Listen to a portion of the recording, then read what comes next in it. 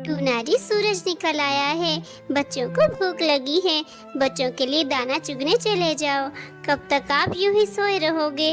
अरे टूनी, आज बहुत ठंडी हवा चल रही है, मुझे थोड़ा और सोने दो ना। जब मेरी नींद पूरी हो जाएगी तो चला जाऊंगा दाना लेने के लिए। टूना जी, हर दिन आप मुझसे यही कहते हो कि और थोड़ा सा सो लेने दो, मगर सुबह से शाम तक आप सिर्फ सोए ही रहते हो। उठ जाओ टूना जी, देखो बच्चों की तरफ तो देखो एक दफा, कितने भूखे हैं बच्चे। अब्बू जी उठ जाए ना, हर दिन अम्मी जो दाना लेकर आती हैं उससे हमारा पेट नहीं भरता, वो बहुत थोड़ा होता है। आप अम्मी के साथ चले जाइए ना दाना लेने के लिए, हम भूखे नहीं रह सकते अब्बू जी। पापा चिड़ा को ना तो अपनी बीवी की और ना ही अपने बच्चों की किसी बात का कोई असर होता है, वो सिर्फ सोया ही रहता है। मगर टूनी चिड़िया से अपने बच्चों की हालत देखी नहीं जा रही थी। अम्मी, अब्बू तो हमेशा सोते ही रहते हैं, क्या वो सच में हीरो थे जैसा आपने बताया था? हाँ बेटा, कभी तुम्हारे पापा बहुत बहादुर होशियार हुआ करते थे, मगर अब काहिली ने उन्हें बदल दिया है। मेरे बच्चों में हूँ ना, चाहे मैं थोड़ा सा ही भोजन लाती हूँ, मगर मैं लेकर तो आती हूँ ना। मैं अब भी चाहती हूँ और तुम दोनों के लिए खाने के लिए कुछ लेकर आती हूँ। फिर टूनी चिड़िया अपने बच्चों के लिए भोजन तलाश करने के लिए निकल पड़ती है। टूनी चिड़िया के घोंसले से दूर एक दरख्त की डाली पर कुछ पक्षी बैठे हुए थे, जो टूनी चिड़िया के घोंसले की ओर ही देख रहे थे। आह बेचारी टूनी चिड़िया, इस चिड़िया पर बहुत तरस आता है, कैसे अकेले ही अपने बच्चों को पाल रही है। सही कह रही हो गोरी, मगर देखो तो सही उसके आलसी शोहर को, अब तक घोंसले में सो रहा है। इतनी नींद तो रीछ को भी नहीं आती जितनी नींद इस टूने के बच्चे को आती है। कालू, काहिली सिर्फ परिवार के लिए ही नुकसानदायक नहीं होती, बल्कि जंगल की इज्जत को भी नुकसान पहुंचाती है। सही कह रहे हो मिट्ठू तुम, हमें इस टूने के बच्चे को सबक सिखाना चाहिए।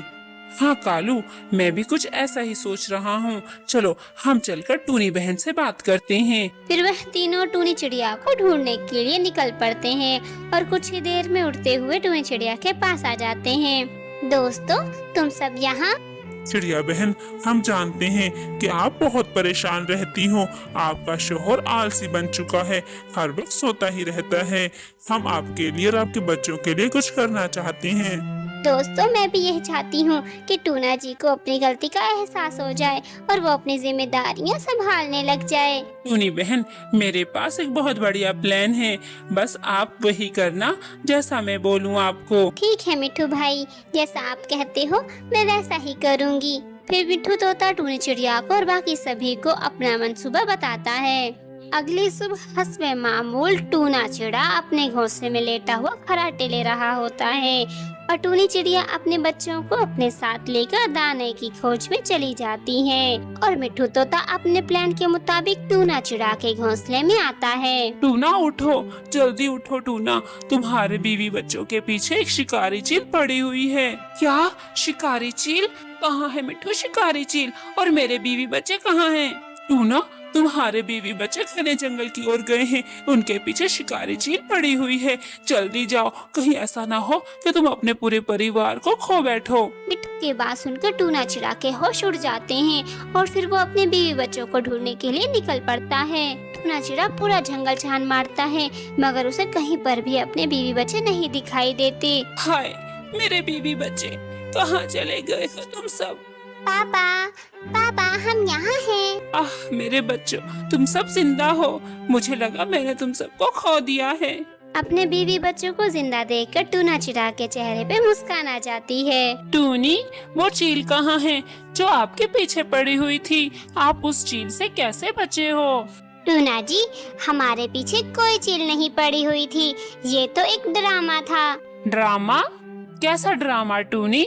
मेरी तो जान ही निकल गई थी जब मैंने ये सुना कि आपके पीछे चील पड़ी हुई है। हम बताते हैं टूना तुम्हें कि हमने ये ड्रामा तुम्हारे साथ क्यों किया।